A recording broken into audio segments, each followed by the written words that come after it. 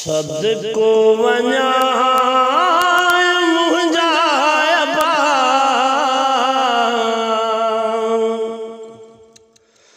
सदको वञा मुंहिंजा अबा, घोर थिया मिठड़ा अबा। ओ पंहिंजे बचड़नि खे पयो दुआऊं दिल सां कजां। अल्लाह पंहिंजे बचड़नि खे पयो दुआऊं दिल सां कजां। सदको वञा मुंहिंजा अबा, पेर धोई तुंहिंजा पिया। ओ पंहिंजे बचड़नि खे पयो दुआऊं दिल सां कजां। हो पंहिंजे बचड़नि खे पयो दुआऊं दिल सां कजां। भाग खुली पया ठरी पे। ओ अल्लाह भाग खुली पया ठरी पे। शाल मदीने वाग भरी पे। पेश वनी सजने पवा, पेश वनी ओ सजने पवा। ओ पंहिंजे बचड़नि खे पयो दुआऊं दिल सां कजां। अल्लाह पंहिंजे बचड़नि खे पयो दुआऊं दिल सां कजां। सदको वञा मुंहिंजा अबा, पेर धोई तुंहिंजा पिया। ओ पंहिंजे बचड़नि खे पयो दुआऊं दिल सां कजां। सारी दुनिया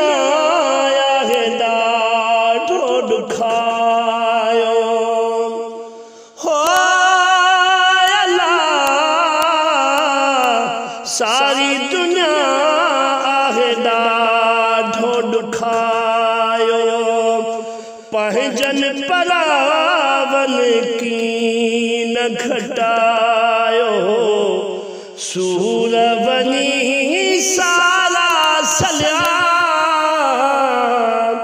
सूर वनी सारा सलिया।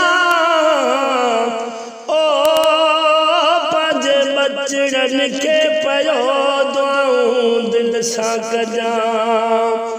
अल्लाह पंहिंजे बचड़नि खे पयो दुआऊं दिल सां कजां। बाबा तुंहिंजा एहसान छा ॻायां। मुंहिंजा साईं अमड़ अमड़ा पर बाबा जो शान भी आला है। मुझे महबूब मदीने वाले साईं चयो आहे जे अमड़ हिकु वॾो बंगलो आहे त पीउ मेन गेट आहे। मुंहिंजा साईं जॾहिं के नंढड़े ॿार खे तकलीफ़ हूंदी आहे त पोइ मुंहिंजा बाबा साईं केतिरो पीउ बि कशाला कंदो आहे। अमड़ भी अमड़ आहे पर सुभान अल्लाह बाबा जो शान भी आला है। शायर तमाम प्यारा लफ्ज लिखा है।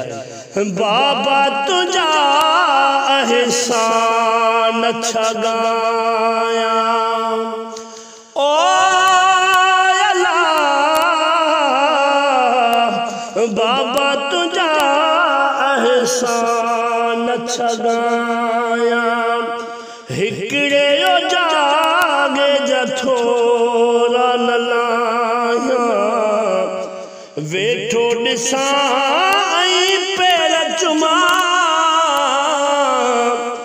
वेठो ॾिसां पैर चुमा। ओ पंहिंजे बचड़नि खे पयो दुआऊं दिल सां कजां। अल्लाह पांजे बचड़न के पयो दुआऊं दिल सां कजां सदको वञा मुंहिंजा बाप पेर धोई तुंहिंजा पिया ओ पांजे बचड़न के पयो दुआऊं दिल सां कजां जावेद पल जो साह उसके थो हो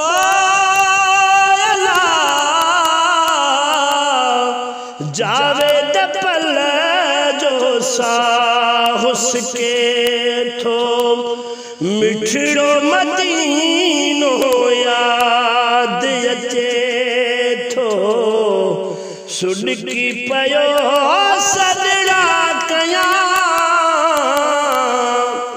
सुडकी पयो ओ सदड़ा कया ओ पांजे बचन के पयो दुआऊं दिल सां कजां अल्लाह पांजे बचड़न के पयो दुआऊं दिल सां कजां सदको वञा मुंहिंजा बाप पेर धो